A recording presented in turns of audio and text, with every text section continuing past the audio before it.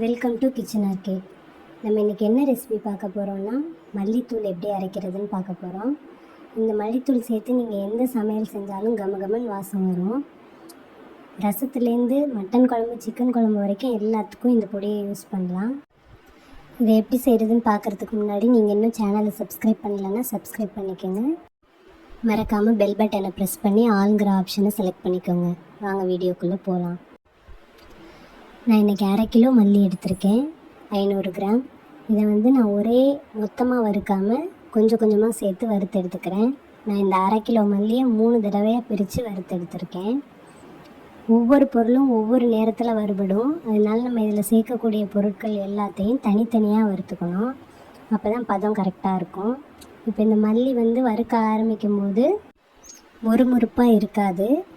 அது வறுபட்டு மொறுமொறுன்னு வர்ற வரைக்கும் வறுத்துக்கணும். கையில் எடுத்து நசுக்கி பார்த்தோன்னா தெரியும். அதே மாதிரி மல்லி வறுபட ஆரம்பித்தோன்னே நல்ல ஒரு மணம் வரும். அதை வச்சே நம்ம கண்டுபிடிச்சிக்கலாம்.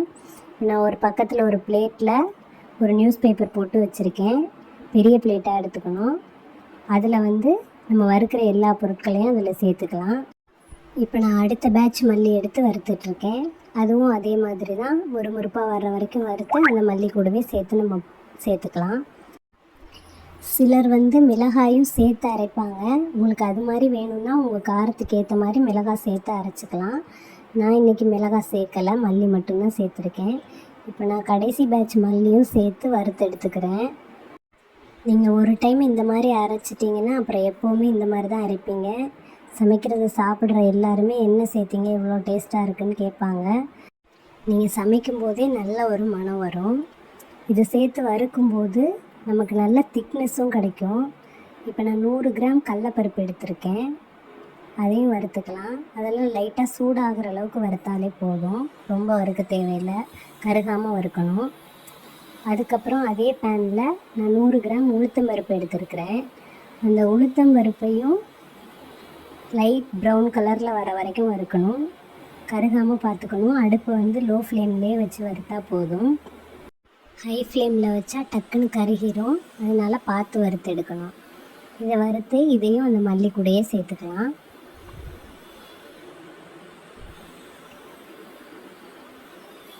அதில் 100 கிராம் அளவு சோம்பு சேர்த்துருக்கேன்.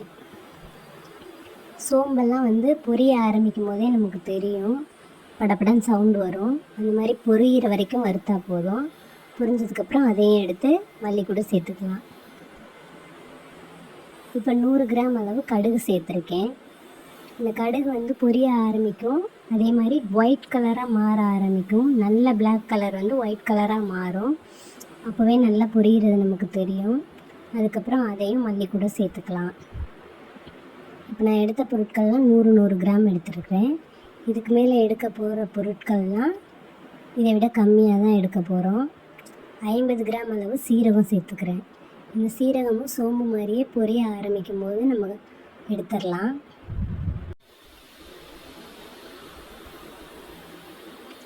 அடுத்த பொருள் வெந்தயம். வெந்தயமும் 50 கிராம் அளவு தான் எடுத்திருக்கேன். வெந்தயம் அதிகமாக எடுத்தால் கசக்கும்.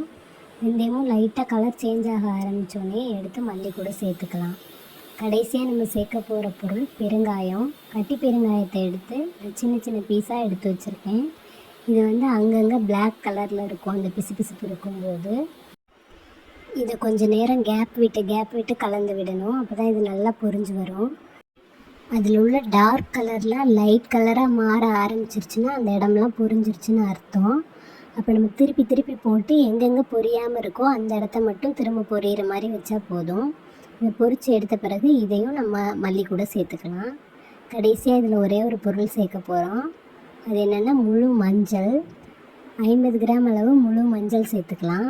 அப்படி நீங்கள் மஞ்சள் சேர்க்கலை அப்படின்னா அரைச்சி எடுத்த பிறகு மஞ்சள் பொடி சேர்த்துக்கலாம்.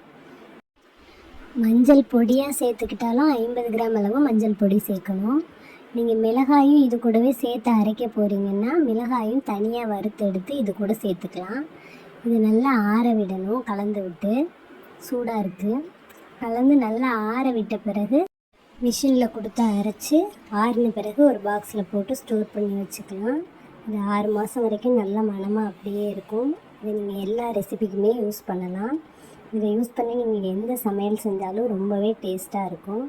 ட்ரை பண்ணி பாருங்கள். வீடியோ பிடிச்சிருந்தா லைக் பண்ணுங்கள். மறக்காமல் சப்ஸ்கிரைப் பண்ணுங்கள். ஃப்ரெண்ட்ஸ் அண்ட் ஃபேமிலி கூட ஷேர் பண்ணுங்கள். தேங்க்யூ.